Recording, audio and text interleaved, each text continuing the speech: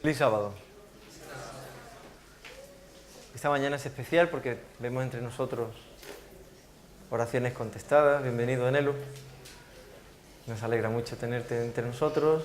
También otras oraciones que hemos tenido más en privado, pero es que sabemos que durante la semana habéis tenido algún problemita de salud y encantados de recibiros en vuestra casa, que es esta, no hay otra. ¿Cómo llegaremos al cielo juntos? Así he querido titular mi meditación de esta mañana. ¿Cómo llegaremos al cielo juntos? ¿Sabéis? Os voy a contar una pesadilla. ¿Os imagináis que el Señor ya ha venido? Parece que es raro, ¿no?, que sea una pesadilla cuando el Señor ya ha venido. Pues imaginaos que el Señor ya ha venido y estamos en el cielo. Y estamos contando y vemos a las personas que hemos visto aquí. Pues yo a mi iglesia, voy a ver quiénes son los que están.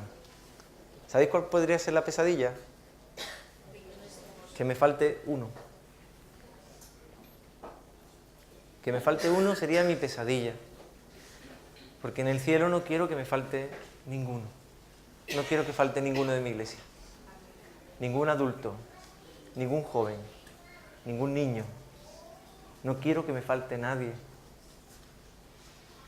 Y la pregunta es, ¿cómo vamos a llegar al cielo juntos? Es una palabra muy bonita, ¿verdad? ¿Juntos? Es imposible ser un matrimonio sin estar juntos. Es imposible ser una familia sin estar juntos. Y es imposible ser una iglesia sin estar juntos. A veces hemos hecho del cristianismo algo muy individualista, algo casi para cada uno, y se nos olvida que tiene una dimensión colectiva muy importante. Y es que el Señor no llama a un hombre, el Señor llama a un pueblo. Y ese pueblo sois vosotros. Así que la gran pesadilla de un pastor es que habiendo llegado al cielo, sabiendo lo que ha costado estar allá arriba, que me falte uno. Lo mismo que pienso como pastor, lo pienso también de mi familia. Y digo, Señor, que no falte ninguno de mi familia. ¿Verdad que sí? ¿Es que alguien querría que alguien de su familia no estuviese? ¿Verdad que no?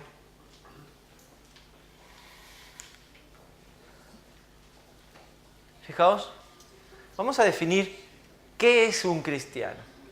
Un cristiano es una persona que acepta a Cristo como su Salvador personal. Parece simple.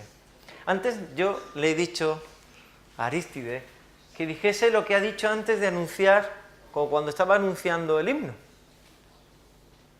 Porque cantar ese himno tan bonito que es Yo te seguiré, oh Cristo. ¿Y cómo sigue? Donde quiera que estés. Cantar ese himno sin darle valor a las palabras es como decirle te quiero a alguien a quien no amas. Entonces, le he dicho, por favor, Arístide, di esto.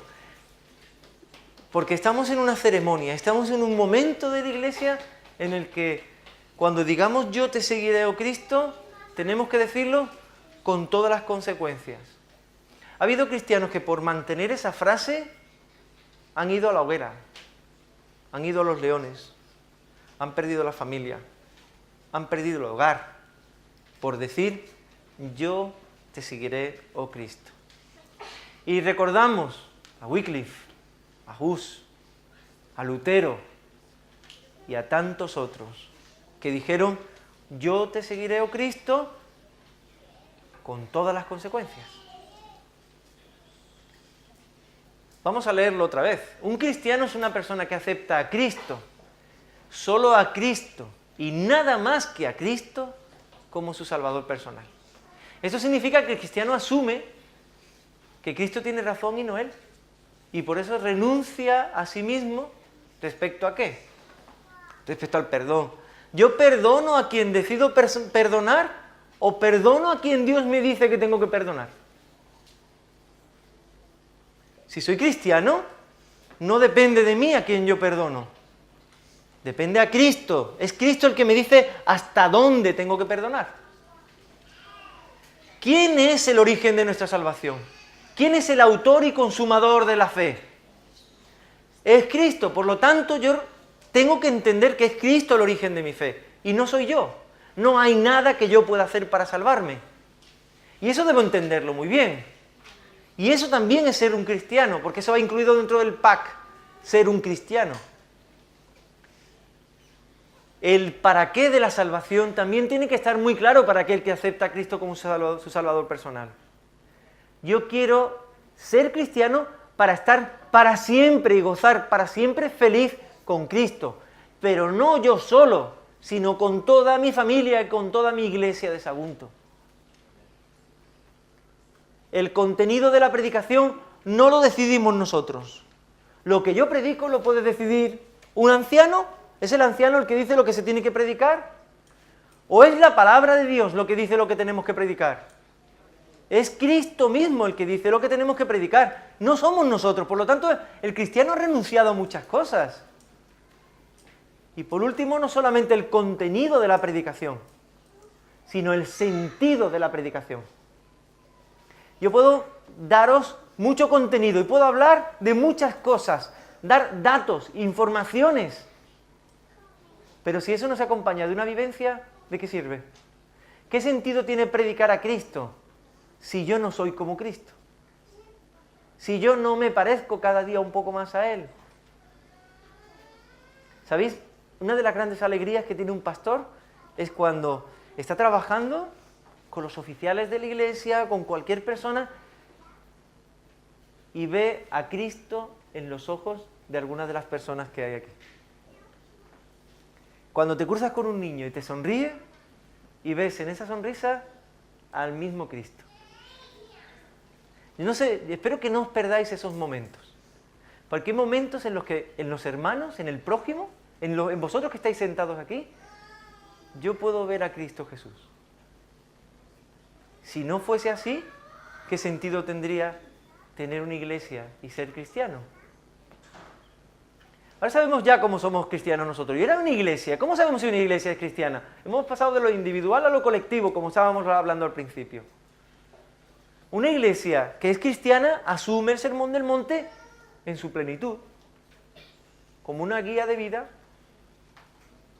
Claro, el Sermón del Monte, el discurso de Cristo que hizo que Antonio López se convirtiera, escuece. Y no escuece cuando lo leímos antes. Escuece ahora también. ¿Es que es fácil asumir todo lo que dice el Sermón del Monte? ¿Es fácil asumirlo en la vida? ¿Es natural? No, no es natural asumir lo que dice el Sermón del Monte. Y si alguien te golpea, y si alguien te insulta, y si alguien no te trata como debes, perdónalo. Ámalo. A mí no me resulta una cosa fácil. A mí, Antonio López, estoy seguro que muchos de vosotros lleváis en el camino de la santificación mucho tiempo. Y seguramente para muchos de vosotros ya es más fácil. Yo tengo que luchar cada día y morir a mí mismo, cada día, para que no se me olviden esas palabras del Sermón del Monte. El Sermón del Monte es la guía de nuestra vida. Este es el proyecto de iglesia que vamos a tener. Este es el proyecto de iglesia para el año 2013-2014. Ve a Cristo como único modelo. No se fija en el pastor, no se fija en los ancianos, no se fija en los responsables, no se fija en el director o en el presidente de la conferencia general, no se fija en nadie. Solo Cristo. Y puesto los ojos en Cristo se obra una transformación milagrosa en cada uno de nosotros. No hay nadie en este templo en este momento, no hay nadie que esté excluido de la transformación del Espíritu Santo. Porque si no lucháis contra Cristo, Cristo os transformará a través del Espíritu Santo. El testimonio de Ellen White dice que si una persona no lucha contra el Espíritu Santo, es transformado por el Espíritu Santo? Porque para no ser transformado tiene que luchar en contra. Tiene que pecar contra el Espíritu Santo. No nos podemos relacionar con Dios sin vincularnos a Él. Se mueve por amor y cualquier otro motivo no es legítimo. Una iglesia que tiene otro motivo diferente que el amor para actuar en todo lo que hacemos, desde la elección, la elección de una persona para una responsabilidad, hasta poner la luz si hace falta, si no lo hacemos con amor, no tiene sentido. Y Cristo lo demostró en los Evangelios. Una iglesia cristiana es amable, cortés y bondadosa. En eso veis que una iglesia es cristiana. No rehúye el servicio. El mayor sirve a todos. Eso es una iglesia cristiana. Los ojos de sus miembros se llenan de esperanza cada vez que anuncian la segunda venida. Eso es una iglesia cristiana. Y esa es la iglesia que tenemos o la que vamos a tener. En esta iglesia no hay lugar para la crítica, el desaliento, el desánimo. No queda ya lugar. Ya no hay lugar.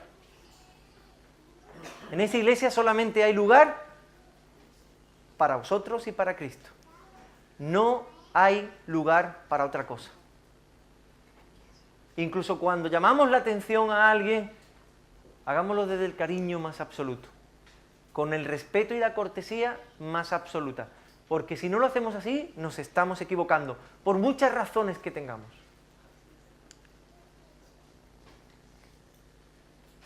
¿Sabéis que hay una expresión en español que se llama palos en la rueda? ¿Sabéis lo que son palos en la rueda? Eso se le llamaba a que cuando alguien llevaba un carro, antes, pues si alguien le metía un palo, se partía un eje o se rompía un radio, habría que repararlo, y costaba mucho más llegar a los sitios. Ahora a nadie se le ocurre meter un palo en la rueda de un coche, ¿no? Sería muy difícil. Pero antes sí que ocurrían palos en la rueda. Me gustaría que leyeseis la Biblia conmigo. Me gustaría que leyeseis Romanos 2:24. ¿Sabéis que los verdaderos problemas que tiene la iglesia están causados por las mismas personas que integran la iglesia? Que no hace falta que nos vayamos a buscar fuera gente que nos persiga, porque ya tenemos bastante persecución dentro. Fijaos, ¿qué dice Romanos 2:24? No sé si alguien lo puede leer en voz alta y clara. Porque el nombre de Dios es blasfemado entre los gentiles, por causa de vosotros, como está escrito. Anda, porque el nombre de Dios es blasfemado entre los gentiles, por causa de vosotros, como está escrito. Los mismos cristianos somos los que hacemos que el nombre de Dios sea blasfemado entre los que no creen. Pero eso en mi iglesia no puede ocurrir. En mi iglesia de Sagunto, que es la iglesia que el Señor ha puesto como responsabilidad, no puede ocurrir. No puede ocurrir no solamente porque me lo propongo yo, sino porque hoy nos lo vamos a proponer todos y cada uno de los miembros que estamos aquí. Todos nos vamos a proponer en nuestro corazón, antes de hablar, antes de actuar, que el nombre de Dios sea ensalzado después. Os reto con esto. ¿Seremos capaces de llevarlo a cabo? ¿Seremos capaces de, a partir de este momento, decir, Señor, lo que haga y lo que diga y lo que piense va a estar orientado a ti y no otra cosa? El miércoles hablábamos con el grupo de estudio de la Biblia, que se hizo más familiar, y hablábamos de preguntar el ¿por qué has hecho las cosas? Y preguntar, ¿qué otra cosa? ¿Para qué has hecho las cosas? ¿Verdad? ¿Para qué has hecho las cosas? ¿Por qué gritas? Porque fíjate que me ha hecho, qué tal. Qué diferente cuando dices, ¿para qué gritas? ¿Sabéis que no conseguimos con los gritos que la gente nos escuche mejor? Normalmente la gente cierra su mente cuando escucha gritos y se refugia. ¿Y cometemos errores de este tipo? No es lo mismo el por qué y el para qué. Y antes de hacer las cosas, preguntémonos, ¿por qué y para qué las hacemos? La mayoría de los problemas no tienen que ver con las creencias. Lo podéis ver, tenéis en internet Value Genesis, la gran encuesta que se hizo en la iglesia. No tienen que ver con las creencias, no tiene que ver con la comprensión de los miembros, sino con la aceptación. No con lo que se dice, sino con lo que se acepta en la vida. Eso es lo que amarga la vida de las iglesias. Eso es lo que hace que tengamos una sangría y que tengamos millones de jóvenes fuera de nuestras iglesias. Millones. Estamos hablando de varios millones de jóvenes que están fuera de nuestras iglesias. Algunos han calculado que tenemos 25 millones de personas que han pertenecido a nuestras iglesias y que ahora no están. Que podrían estar, pero que han tenido un problema con un hermano, que alguien le ha dicho una cosa que no debía, que alguien le ha insultado o le ha gritado, que alguien se acumula y el que actúa y es Dios. Tenemos una gran responsabilidad en la iglesia y es que de estos pequeños que hay sentados entre los bancos, de estos hijos de Dios, antes que hijos nuestros, todos queden en la iglesia. ¿Y sabéis cómo aprenden ellos a quedarse en la iglesia? Cuando los mayores les demos el ejemplo debido, el ejemplo de Cristo. No estamos hablando de una cuestión sin importancia. Estamos hablando de una cuestión extremadamente importante. ¿Sabéis que hay niños que aprenden a criticar escuchando a sus padres a criticar? Yo os quiero enseñar una cosa. ¿Qué hora es? ¿Vale? ¿Sabéis que una persona con un reloj sabe qué hora es? Pero una persona con dos relojes, ¿sabe qué hora es? No. Si tienen horas diferentes, ¿cómo comparará si tiene dos relojes? Con dos relojes, ¿cómo sabemos la hora que es? Con dos vidas, ¿cómo sabemos qué vida tenemos? ¿Quiénes somos? Con dos identidades, ¿cuál es la buena y cuál es la mala? Hablando la verdad y hablando la mentira, ¿cómo sabemos que llega un momento en que ya no sabemos distinguir la verdad de la mentira? Ya no sabemos.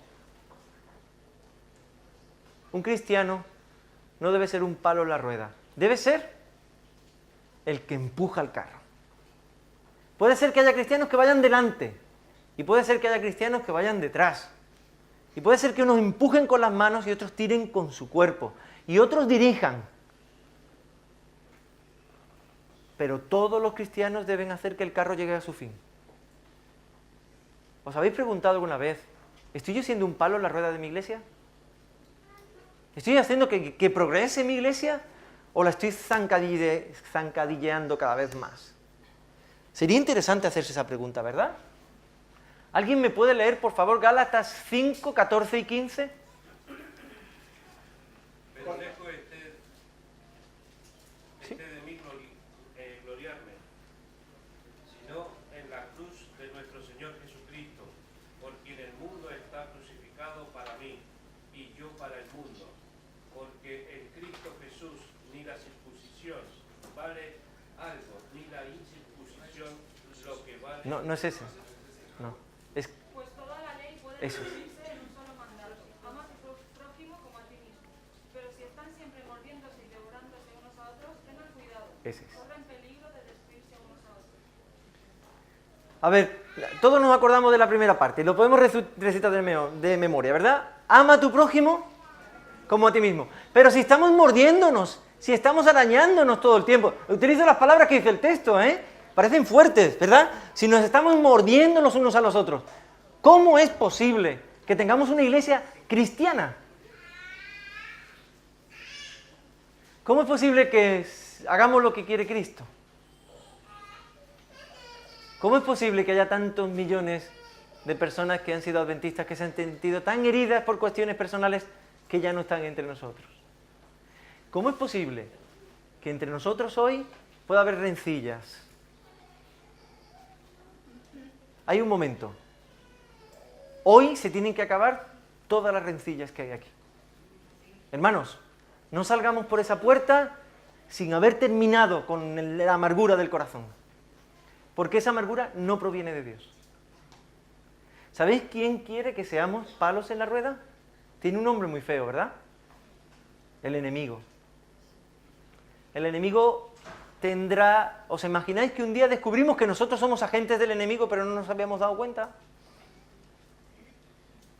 Para que nuestra iglesia no progrese. ¿Os imagináis que un día descubramos que somos nosotros? Eso sí que es una pesadilla.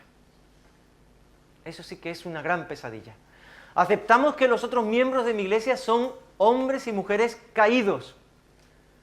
Hay pecadores que pecan y se justifican a sí mismos, culpan a los demás de sus necesidades y culpan a los demás de sus necedades. Hay personas que cuando se equivocan, siempre el otro tiene la culpa. Nunca yo tengo la culpa. Ah, no, ha sido tú. Ah, no, ha sido tú. No, fue aquel. No, es la circunstancia. No, yo me equivoco. Te equivocas porque eres un hombre o una mujer caído o caída. Te equivocas porque el orgullo te puede. ¿Y sabéis por qué lo sé? Porque a mí me pasa. Y yo no soy mejor que vosotros. A mí me pasa. El orgullo muchas veces nos puede. Y entonces estamos siendo agentes del que no amamos. Otros pecan igualmente, pero no se justifican, sino que sufren su condición con dolor y dependencia del Espíritu Santo. Odian su pecado y les importa tanto su condición que no tienen tiempo de criticar a otros. Cuando vemos toda la maldad que hay en nosotros, ya no dirigimos las palabras y las críticas a criticar a los hermanos y a los otros. Porque hay mucho de malo en mí. Porque como hombre caído, asumo que hay mucho de malo en mí. ¿Alguien puede leer, por favor, 2 Corintios 2, del 14 al 16?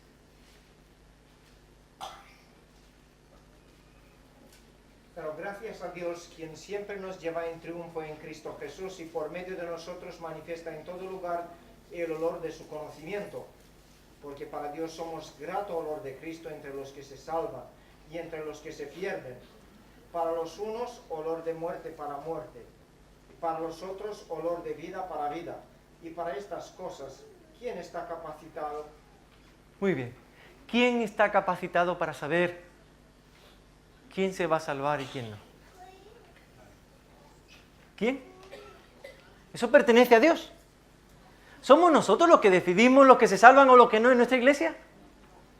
¿Sabéis? Somos un grato olor para vida, un olor agradable de vida para los que se salvan. Y ese mismo olor, el olor no ha cambiado. Un olor de muerte para los que se pierden. El olor no ha cambiado. Entonces, ¿quién ha cambiado? Los que perciben el olor. Hay gente que los olores les recuerdan cosas, ¿verdad? Cuando uno llega a una casa y huele a pan recién hecho, es un olor muy impactante. Huele a hogar. Más que a casa, huele a hogar. No sé si hay algún olor que os llame la atención. A mí un olor que siempre me recuerda a mi infancia, que es el olor de las cañas que están al lado de un río. Hay un olor muy penetrante, esa humedad hace que el aroma de la caña salga del río, y yo me bañaba muchas veces de pequeño en un río donde estaban esas cañas. Entonces cada vez que voy a algún sitio donde se respira esa humedad mezclada con olor a cañas, me encanta ese olor, porque me recuerda momentos felices, donde yo me lo pasaba muy bien. Olor. Ese mismo olor le podría ser desagradable a una persona que un día fue allí y casi se ahoga. ¿Verdad? Las experiencias son diferentes. Pero lo que nos está diciendo Pablo en 2 Corintios es que el olor no ha cambiado. El sentido de la iglesia no ha cambiado. ¿Y si hemos cambiado nosotros? Voy a hacer un examen de matemáticas. Sé que habéis terminado los exámenes mucho ahora, pero este es el último, ¿vale? ¿Sabéis que hay personas que piensan que 490 no es igual a infinito? Pero las matemáticas de Jesús son otras. Pedro se acercó y le hizo una pregunta a Jesús. Y le preguntó, Maestro, ¿cuántas veces tengo que perdonar? ¿7? Pedro con un número muy bonito, ¿no? El número perfecto. ¿7? ¿Y el Señor qué le dijo? 490. 70 veces 7. 7 por 7, 49, más el cerito ya es fácil, ¿no? 490.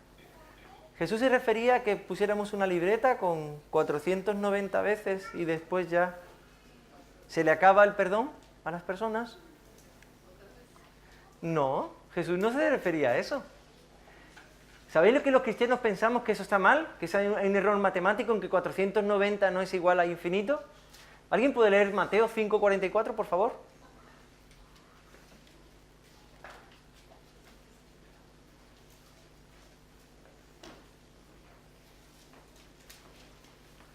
¿Qué dice Mateo 5:44? ¿Lo podéis leer, por favor? Pero yo os digo, amad a vuestros enemigos, bendecid a los que os maldicen, haced bien a los que os aborrecen, y orad por los que os maltratan y persiguen. ¿Habéis escuchado eso? ¿Podéis leerlo otra vez, Janina? Pero yo os digo, amad a vuestros enemigos, bendecid a los que os maldicen, haced bien a los que os aborrecen, y orad por los que os maltratan y persiguen. ¿Quién dijo eso? Y si somos cristianos, ¿qué hacemos con esas palabras? Las asumimos como propias. No es fácil. Eso que acaba de leer Janina es uno de los puntos más duros del Evangelio. Porque claro, si alguien te está maltratando, ¿qué tienes que hacer con él? Y si alguien te está insultando, ¿qué tienes que hacer con él? Y si eso lo aplicamos en la iglesia, ¿va a cambiar la iglesia? ¿Sabéis que a veces en la iglesia ocurren cosas como esta porque existen problemas porque no aplicamos esas palabras? Y yo no pido a la iglesia que haga lo que dice Antonio López. De verdad, no pido eso. Pero os exijo que cumpláis esas palabras como iglesia. Si alguien tiene algo contra alguien, y si sabéis que alguien tiene algo contra vosotros, perdonadle. ¿Qué hace falta para perdonar? Hace falta humildad. Hace falta humildad para perdonar, ¿eh? Pero para perdonar hacen falta muchas cosas. Hay personas que piensan que para que perdonar hace falta que el otro te pida perdón. Y no es verdad. Jesús de Nazaret en la cruz dijo, Padre, perdónalos porque no saben lo que hacen. ¿Le habían pedido perdón a Jesús? ¿Habían reconocido sus faltas?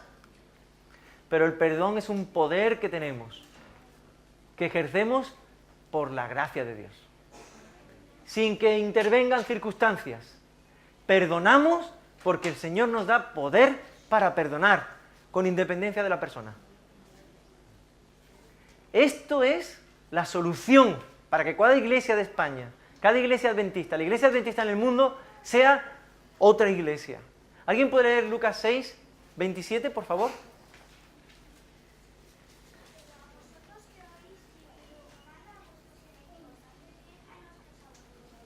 Amad a vuestros enemigos, haced bien a los que os aborrecen. ¿Hay algo que no se entienda de esta frase? ¿Es demasiado complicada? ¿Tenemos que hacer una exégesis depurada para saber lo que dice esa frase? ¿Verdad que no? Son palabras que todos podemos entender. Y por último, 23:34. Jesús decía, Padre, perdónalos porque no saben lo que hacen. Jesús decía, Padre, perdónalos porque no saben lo que hacen. 3 apuntes sobre este texto. Se dirige primero al Padre para perdonar, perdónalos a ellos y los justifica. No saben lo que hacen. ¿Sabéis? He comprobado en las iglesias donde he estado que muchos miembros hacen lo que hacen porque no saben que son un palo en la rueda de la iglesia. Y hay que decir, Señor, perdónalos porque no saben lo que hacen. Pero ya no somos niños para no saber lo que hacemos.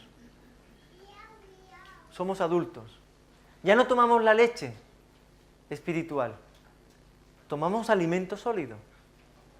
Y yo me pregunto y os pregunto, podemos hacer un propósito en el día de hoy, un propósito duradero, vinculado a la frase del himno que hemos leído.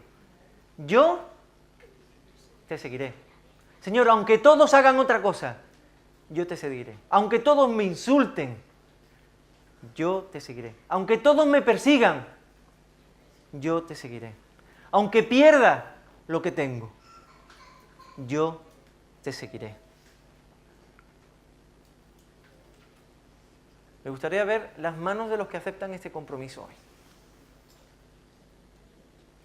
Porque yo quiero, con cada uno de los que habéis levantado la mano, con cada uno, entrar en el cielo. Mateo 5, del 20 al 26, habla de un aspecto en el que la Iglesia, en el que Ellen White, en el Deseado de toda la gente, explica muy bien, explica especialmente bien este texto. Este texto es, yo diría que hace una reflexión teológica muy interesante Ellen White con este texto.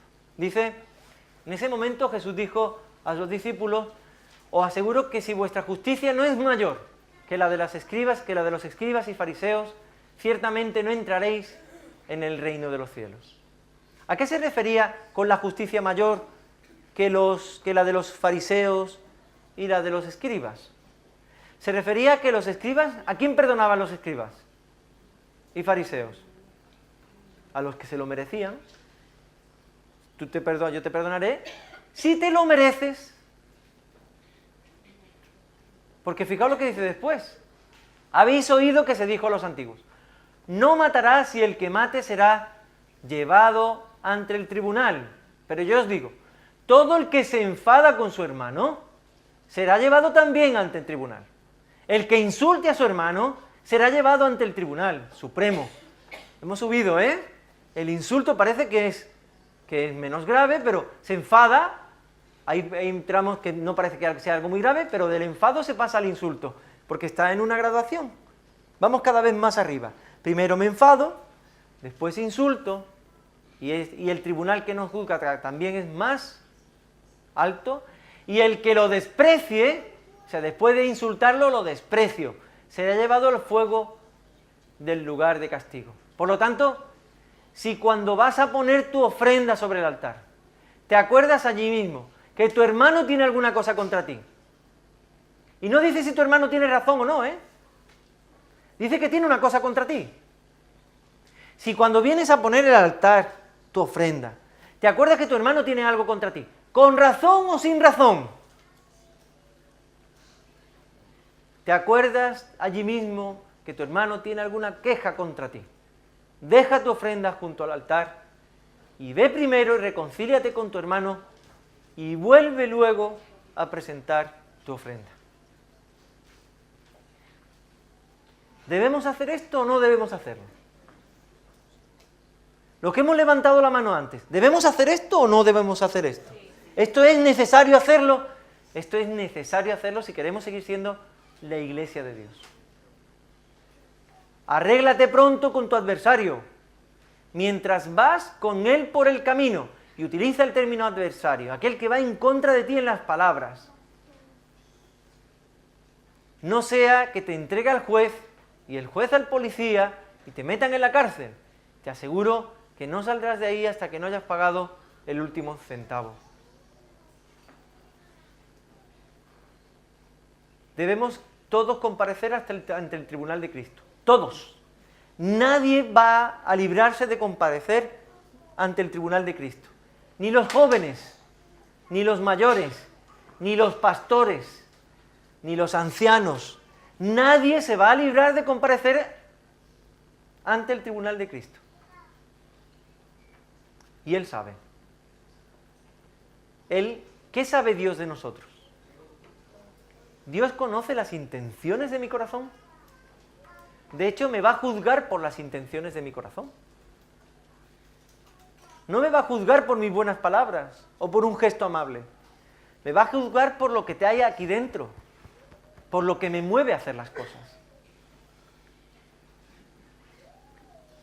Creo que en este espíritu debemos retirarnos hacer la ceremonia del lavamiento de pies.